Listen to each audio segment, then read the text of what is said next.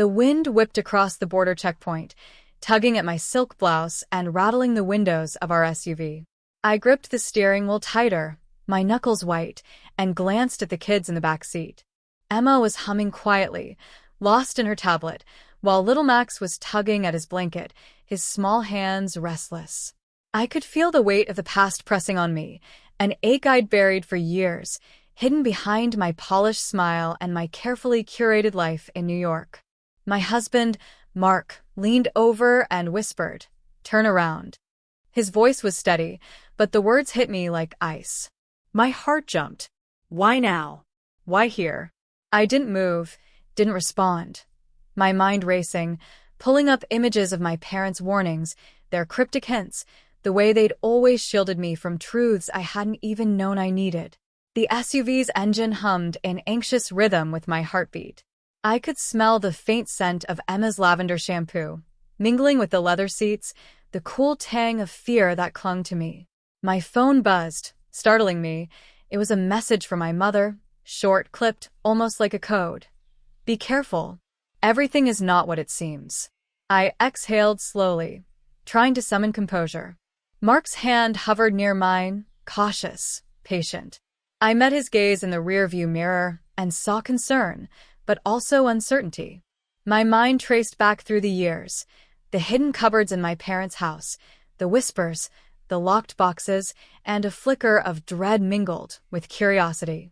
Whatever was waiting for me here at this border, it wasn't just about customs or passports. It was about everything they had kept from me, and now it was right beside my children. I remember the night it all began to unravel. I was 24, fresh out of college, full of dreams, and still so tethered to my parents' expectations. My apartment in Boston smelled faintly of leftover takeout and vanilla-scented candles, a small attempt to make the tiny space feel like home. My father's words still echoed in my mind, clipped and cold. "You don't understand what's at stake, Emma. Some things are better left untouched." I had asked about the old chest in the attic, the one they never let me open. I had only been curious, wanting to understand why my parents were so secretive, why they never shared the full story of their lives, or why they seemed so protective, sometimes to the point of being smothering. But that night, the curiosity had pushed too far. My mother's eyes hardened, and she refused to answer, her hands trembling slightly as she clutched the back of a chair. "You're too young to understand," she said. But I did understand. I felt it in the tightness of my chest, in the burning frustration of being dismissed, in the way my fingers twitched as I fought back tears. For the first time, I realized that being their daughter wasn't just about love. It was about control, about secrets that could shape my life without my knowledge. Grandma Lillian, my mother's mother, had always been the one who listened. That night, she found me sitting on the cold kitchen floor, knees hugged to my chest, the shadows of the room stretching long under the dim light. She handed me a small, worn notebook, its leather cover cracked with age. "Not everything will make sense now," she whispered. "But keep this close.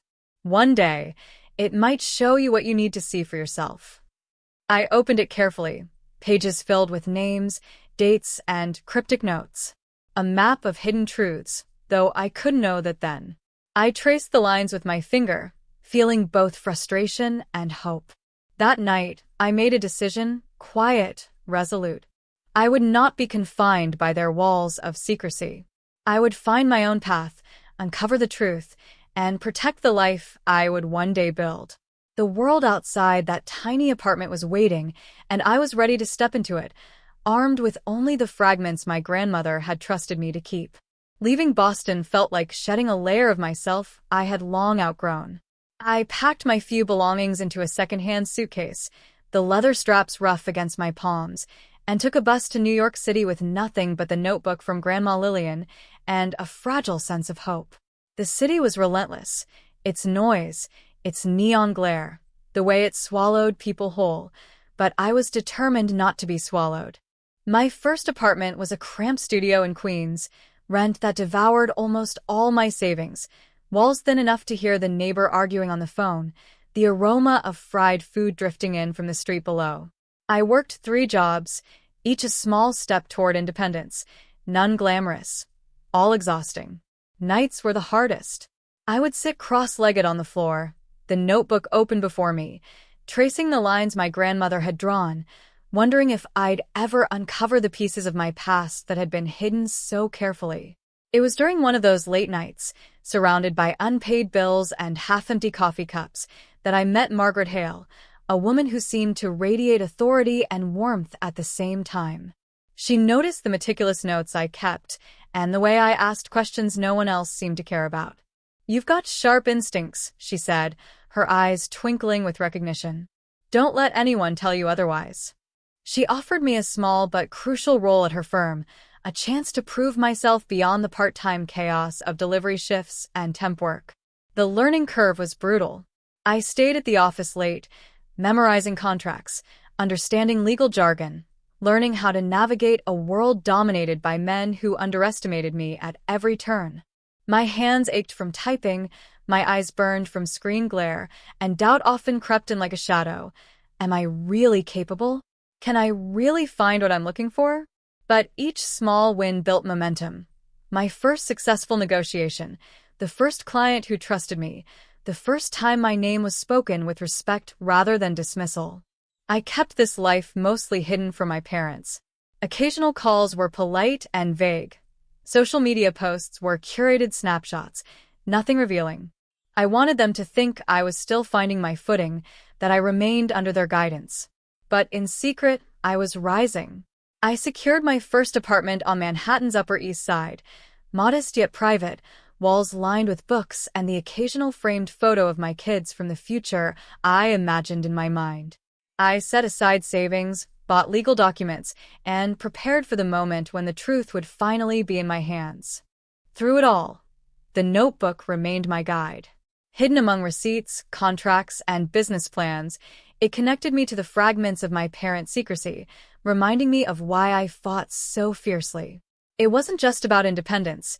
It was about uncovering what had been hidden, about reclaiming control over my life and ensuring that my children would never inherit the same layers of deception I had endured. The border checkpoint stretched ahead like a gray scar in the landscape, cold and impersonal, but I felt heat rising in my chest. My husband's hand rested lightly on mine as we rolled the SUV toward the waiting officers, yet the tension between us was palpable. He had known some of what I'd been planning, but he didn't know the full extent.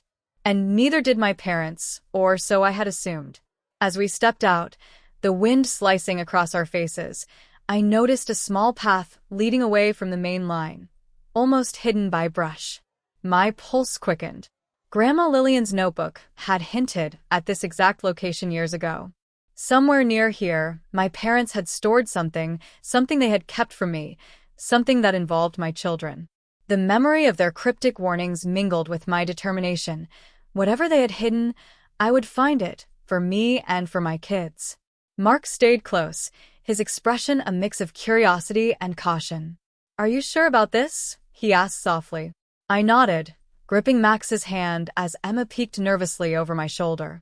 I could feel my parents' presence in my mind, not physically, but in the echoes of the past, warnings, whispered admonitions, little half-truths that had shaped my childhood.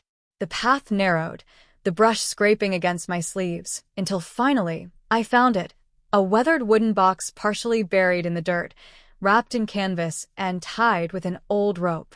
My hands trembled as I untied it, the leather notebook's memory guiding my fingers. Inside were envelopes, neatly stacked, labeled in my mother's elegant handwriting. Alongside them, a small bundle of my children's early keepsakes, Emma's first drawing, Max's tiny blanket, items my parents had safeguarded, hidden from me as though shielding some secret yet to be revealed.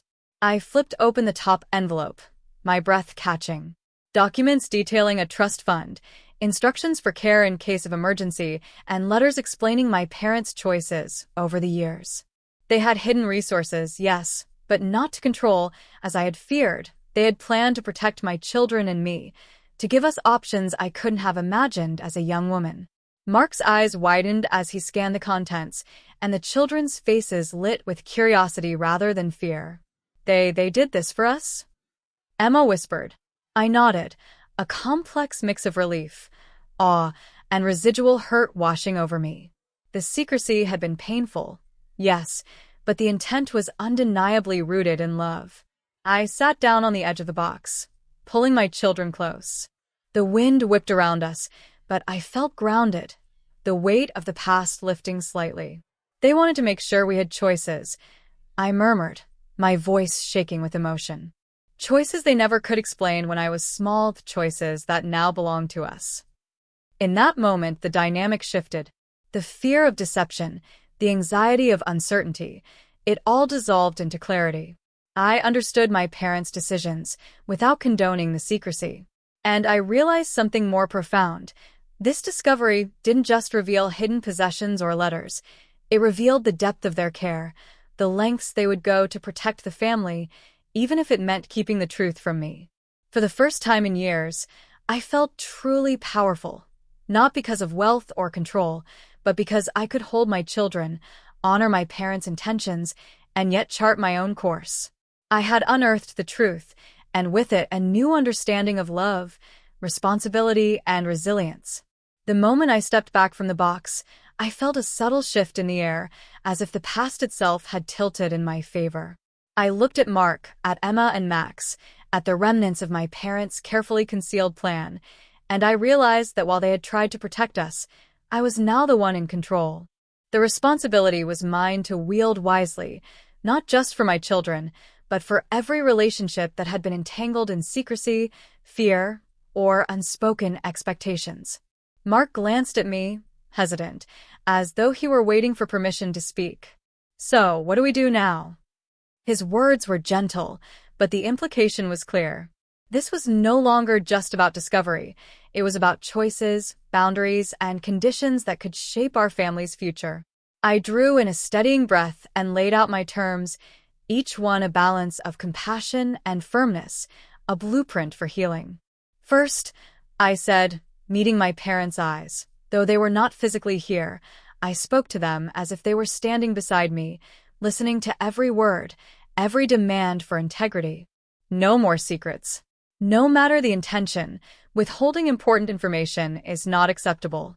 If you want to remain involved in our lives, transparency is non-negotiable. I turned to Mark. Second, support me fully in decisions regarding the children. Your input is valued, but the final choice rests with me, just as it should. We are partners, yes, but I am their mother first. That will never change. I knelt to look at Emma and Max, feeling their tiny hands in mine. Third, these resources, these gifts, are ours to protect, to use wisely. No one gets to make decisions for us behind closed doors anymore. Every action, every choice will be guided by love and accountability. And finally, I addressed the lingering shadows of the past. Fourth, we all must examine our patterns, fear, control, avoidance, and commit to breaking them. Healing is not optional. It is necessary if we want this family to thrive. As I spoke, the wind continued to whip around us, carrying leaves and dust like fragments of memory. I could see the change in Mark's posture, the way he straightened, a quiet acknowledgement passing between us. Even if my parents never admitted it aloud, the conditions were now mine to enforce. I had the upper hand, not to punish but to guide, to ensure the cycles of secrecy and anxiety ended with me. This was power, but it was tempered by love. Every boundary, every rule, every condition was designed not to isolate, but to protect. My children would grow up with clarity, with trust, and with the knowledge that while life might hold hidden corners, they had a mother who would uncover them, face them, and transform them into strength.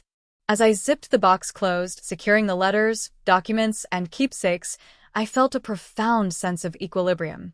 For the first time, the past, present, and future aligned.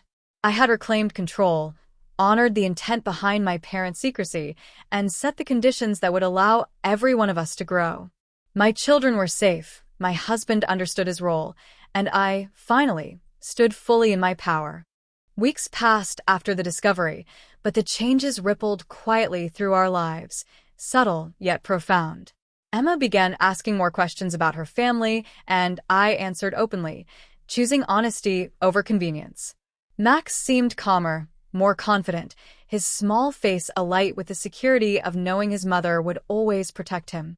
Mark and I grew closer, not through grand gestures, but through the rhythm of shared responsibility, mutual respect, and the understanding that our choices now shaped the future. Even my parents, once distant and secretive, started to shift. Calls became less formal, more collaborative. They began asking questions, genuinely interested in our lives, our decisions, the paths my children were exploring. Their shame over past secrecy softened into cautious pride. I listened patiently, but the boundaries I had established remained firm. Healing, I realized, was a process, not a moment. The notebook from Grandma Lillian remained on my desk, worn leather cover softened from years of handling. I opened it one morning while sipping my coffee, the aroma mingling with sunlight streaming through the window. I traced the familiar lines, realizing that it had guided me not just to hidden truths, but to the strength I never knew I had. The very object that had once symbolized curiosity and confusion now represented clarity and resilience. I walked into my children's room later that day, catching Emma carefully drawing a map of our family's history, complete with tiny stick figures of all of us. Max played beside her, arranging small wooden blocks into a city. I paused at the doorway, breathing in the quiet hum of life we had built.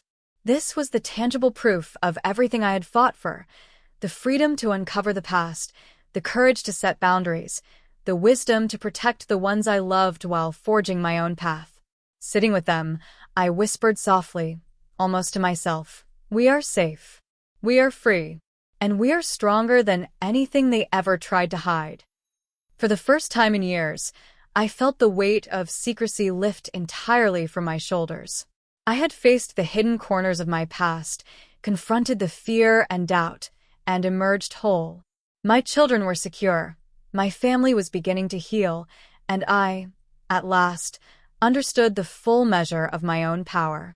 And in that quiet, sunlit room, with my children laughing softly around me, I knew this truth above all else: I would never be controlled by the shadows of the past again. I had uncovered them, embraced them, and used them to become the woman I was always meant to be.